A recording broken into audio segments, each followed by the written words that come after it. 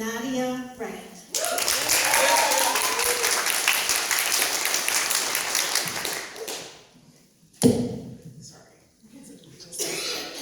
I'm going to be reading my first poem, so if you want to follow along, that's where I'm at. The country is my home, despite my city residence. Its deep golden sunsets and rows of cash crops are where my roots begin.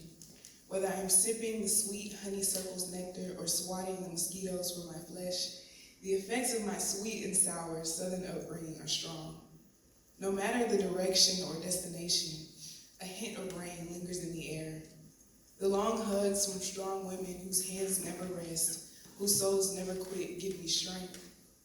Trina, Diana, Ezer, Renee. The grace and the goodbye prayers, the home-cooked, slow-cooked, wholesome meals trump any franchise. Shaloms and see you soons, surplus of old wisdom and generations of ignorance are carefully poured into me. Watching my loved ones walk around with closed eyes and feeble minds is devastatingly part of my foundation. Yes ma'ams and no sirs, warm dish stew in the winter, the sound of sizzling grilling in the summer, rich German chocolate cake, sweet, sweet homemade lemonade. Oh, just the thought of it makes my mouth water. Unable to reconcile with the misogyny and abuse labeled love, forever intoxicated by the innumerable shades and textures of the beautiful brown souls, surplus of souls. Constantly wiping mama's tears, holding my baby's hands, guiding as a shepherd to his flock. Bearing a cross like Yahusha. The sound of box fans all year round, the roar of Lexi stereos alternating between No Scrubs and Niggas in Paris and Lady Friend and Humble. My baby's big white smiles, forehead kisses, and I love yous. Long hugs and even longer goodbyes.